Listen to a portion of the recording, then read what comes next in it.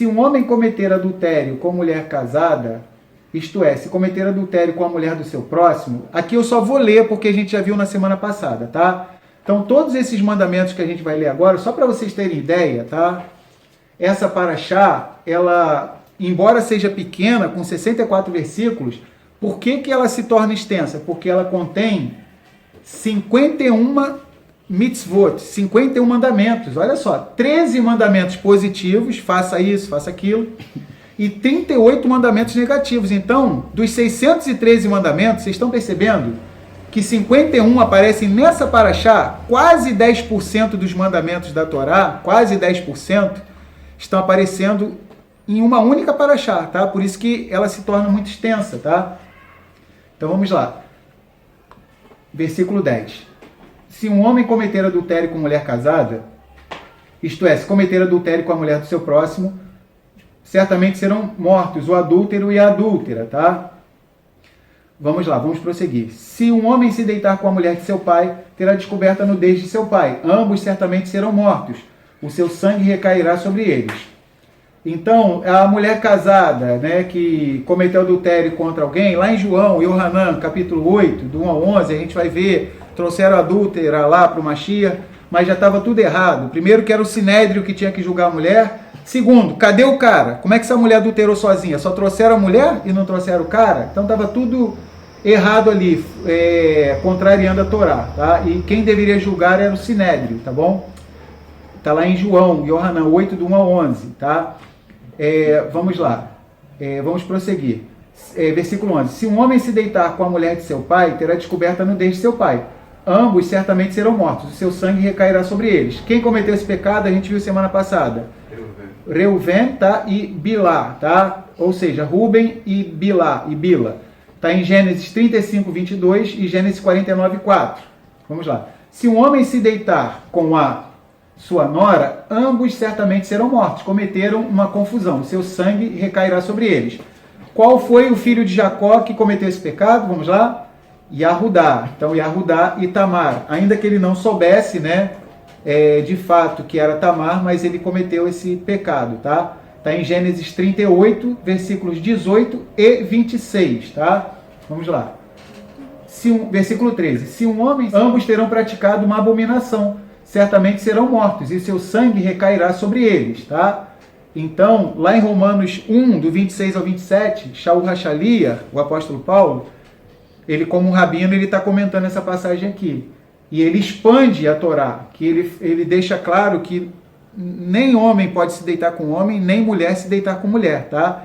Então, lá em Romanos, capítulo 1, versículos 26 e 27, ele coloca a questão do homossexualismo, tanto por parte dos homens quanto das mulheres, tá? Então, vamos lá. Já lemos o versículo 13, tá? Então, na paraxá anterior também falou sobre isso, por isso que a gente não vai comentar muito, tá? Em Romanos 1, 26, 27 também comenta isso. 14. Se um homem tomar uma mulher e a mãe dela, é maldade, serão queimados com fogo, tanto ele como elas, para que não haja maldade no meio de vós. Vimos isso na semana passada também. Se um homem se ajuntar com um animal, certamente será morto. Também matareis o animal. Também vimos na semana passada. Se uma mulher se chegar a um animal e se ajuntar com ele, matarás a mulher e bem assim o animal. Certamente serão mortos, e o seu sangue recairá sobre eles. Vocês estão entendendo como que o Criador gosta do método da repetição? Tá? Então, na semana passada, ele deu esses mandamentos e está dando tudo de novo. Então, ele é algo importantíssimo. Ele repete e toda hora ele ainda coloca o nome dele. Tá? Então, é algo super importante. Pode falar. Um detalhe também interessante é que, como a justiça dele é muito diferente da nossa justiça. Exato. Assim, para nós, não teria necessidade de matar o animal.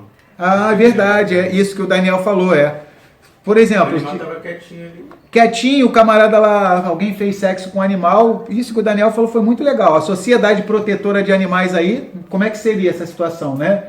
Ah, o animal não tem culpa de nada, só que por isso que são chamados muitas vezes de estatutos. A gente não vai entender.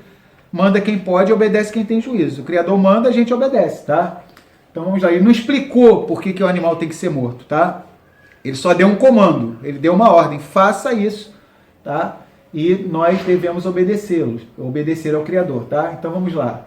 Versículo 17. Se um homem tomar sua irmã por parte de pai ou por parte de mãe e vira a nudez dela, e ela vira a nudez dele, é uma coisa vergonhosa. Serão exterminados à vista dos filhos do seu povo. Descobriu a nudez de sua irmã, ele levará sobre si a sua iniquidade. Então, na semana passada nós vimos que, por exemplo, o Amnon, filho de Davi, ele coabitou com a sua irmã Tamar, tá? Que era irmã por parte de pai. Ele violou esse mandamento, tá? Então vamos lá. 18. Se um homem se deitar com uma mulher no tempo da enfermidade dela, tá? Período da nidá, e descobrir a sua nudez, ele desnudou a fonte dela, e ela descobriu a fonte de seu sangue. Ambos serão exterminados dentre o seu povo. Tá? Então a mulher está no período de nidá, o pessoal acha, não tem nada demais, é minha esposa, né? Minha esposa, isso não é um pecado tão grave. Gente, olha onde que esse mandamento aparece. Ele aparece na mesma sequência de mandamentos acerca de homossexualismo, sexo bestial, que é sexo com animais, de um homem coabitando com mãe e filha, um homem coabitando com irmã, e coisas, só para a gente ter ideia, tá? Então, se ele colocou junto desses mandamentos, nessa categoria de mandamentos, é porque para ele é algo abominável, tá? Porque muitas vezes a pessoa vai com a mente dela humana, nunca que isso daí vai se comparar com esses outros pecados aqui, mas está na mesma categoria, tá? De mandamentos, tá bom? Vamos lá, versículo 19. Não descobrirás a nudez da irmã de tua mãe, nem da irmã de teu pai, porque isso será descobrir a nudez de tua parenta chegada. Levarão sobre si a sua iniquidade. Se um homem se deitar com a mulher de seu tio, descobriu a nudez de seu tio. Levarão sobre si o seu pecado. Morrerão sem filhos. Se um homem tomar a mulher de seu irmão, é uma impureza. Descobriu a nudez de seu irmão. Eles não terão filhos. Então a Torá vem regulamentando tudo. Sempre que alguém olhasse para aquele animal, poderia ficar aquela lembrança, né? Daquela questão que aconteceu, né? E aquele animal ali, aconteceu aquela história toda, né? Então, talvez até para extirpar qualquer vestígio daquilo que aconteceu, né? Pode ser, a gente não tem como saber com certeza, mas o Criador manda exterminar o animal também. Vamos lá. Vamos para o 22, agora está na reta final mesmo, tá? Vamos lá. Guardareis todos os meus estatutos, de novo, ó, e todos os meus juízos, e os cumprireis. De novo, o Criador não cansa de repetir, tá? Para que não vos vomite a terra na qual vos hei de introduzir, para nela morardes, tá? Então a terra de Israel, tá? Ela é legal, beleza. Eretz, Zavat, Halav, Devash. Eu vou para a terra que emana leite e mel. Só que cuidado, tá? Ela é uma terra que não aceita sal de fruta, não aceita antiácido nenhum, tá? Bateu mal nela, ela, ó, vomita, joga para fora. Não tem negócio de sal de fruta, de bicarbonato com ela não, tá? Bateu mal, ela vomita na hora, tá? Os povos que moravam antes de Israel foram vomitados da terra porque ultrapassaram a medida tolerável de iniquidade, ultrapassaram todos os limites, tá? E o povo de Israel, se ultrapassasse, também seria expulso da terra, que foi o caso que aconteceu. Como foi, né? Que aconteceu diversas vezes com o nosso povo. 23. Não andareis nos estatutos da nação que eu hei de expulsar de diante de vós. Eles traduzem como costumes, mas no original é estatutos, tá? Para a gente não andar nos estatutos. Velo telhu berhukot hagoi, tá? Então a gente não deve andar nos estatutos. Eles traduzem por costumes, mas a tradução mais fidedigna é para a gente não andar nos estatutos das nações. Por quê? O Criador tem os estatutos dele. Vocês já repararam que as nações têm coisas que se fazem que não tem explicação? E que todo mundo acaba fazendo sem questionar, mas quando é o estatuto do Criador, a pessoa questiona. Então a palavra hebraica que o Criador usa, ele toda hora fala, guardem os meus estatutos. Aí ele está falando para não guardar os estatutos das nações. Ou seja, porque ele sabe que o ser humano já naturalmente teria uma facilidade para guardar os estatutos das nações. Por quê? Os costumes, os estatutos das nações, dizem os nossos sábios, fazem aliança com a Yetzer Hará da pessoa, faz um acordo com a inclinação maligna da pessoa, e a pessoa acaba fazendo aquilo ali, tá? Mas a pessoa tem que dar mais ouvidos a Yetzer Hatov, a inclinação para o bem. Vamos lá. Então, ele diz assim, não andareis nos estatutos da nação que eu hei de expulsar de diante de vós, porque eles fizeram todas estas coisas, ou seja, tudo isso que a gente leu, esses pecados hediondos, eles fizeram, e por isso os odiei. Mas a vós vos tenho dito, herdareis a sua terra, e eu vou-la darei, para possuirdes. Eretz, Zavat, Halav, Devash, terra que emana leite e mel. Eu sou Yahuá, de novo, ele fala isso, que vos separei dos povos, ó, separei, tá? Fareis separação entre os animais limpos e os imundos, ou seja, a gente tem que saber o que come e o que não come, tá? Pode falar. Douglas está perguntando, sabemos que nos dias atuais homem deita com homem, mulher com mulher. Isso a Torá condena essas práticas. E aqueles que fazem sexo com ele mesmo?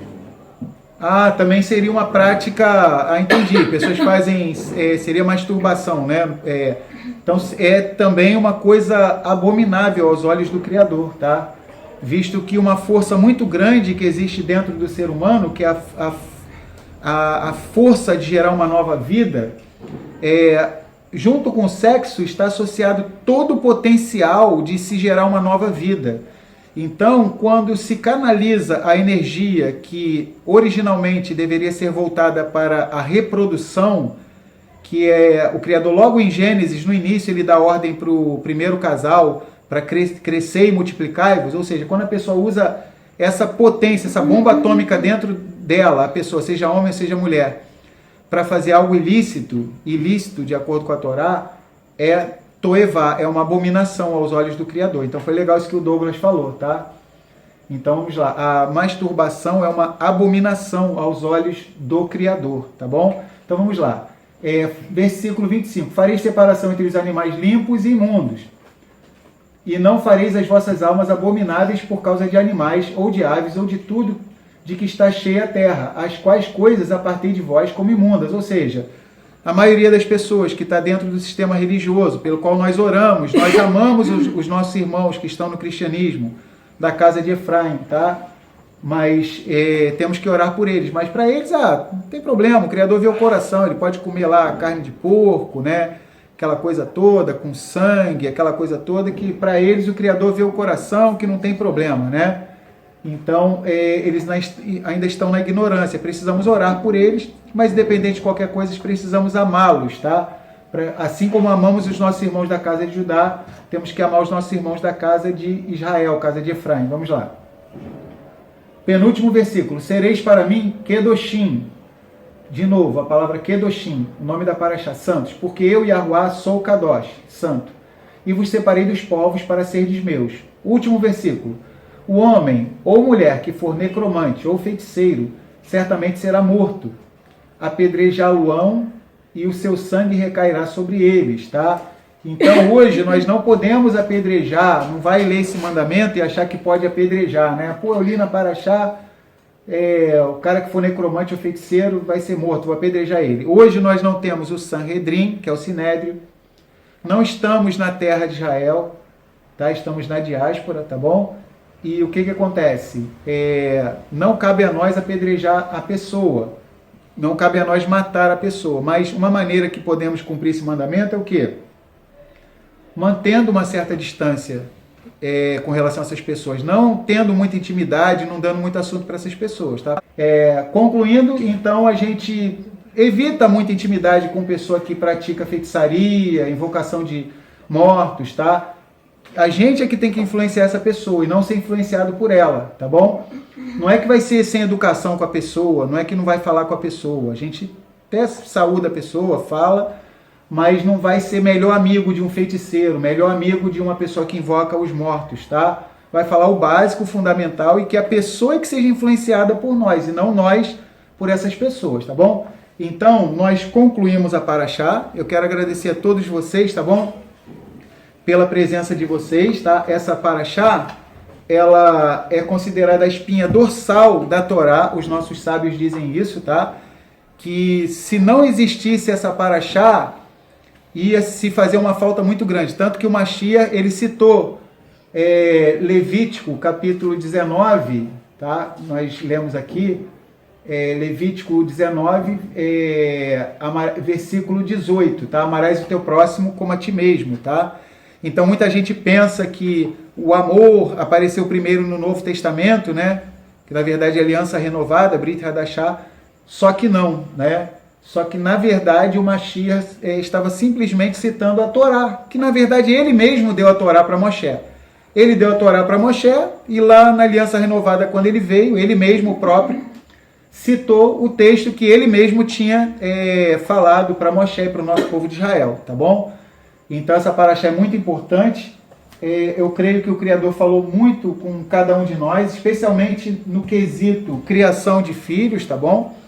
Então, é algo importantíssimo. Não tem como ser Kedoshim, ser Kadosh, ser separado, ser santo, se não tiver essa transformação dentro da família. E começa com criação de filho e filha. Pode falar, Daniel. A Juliana está perguntando.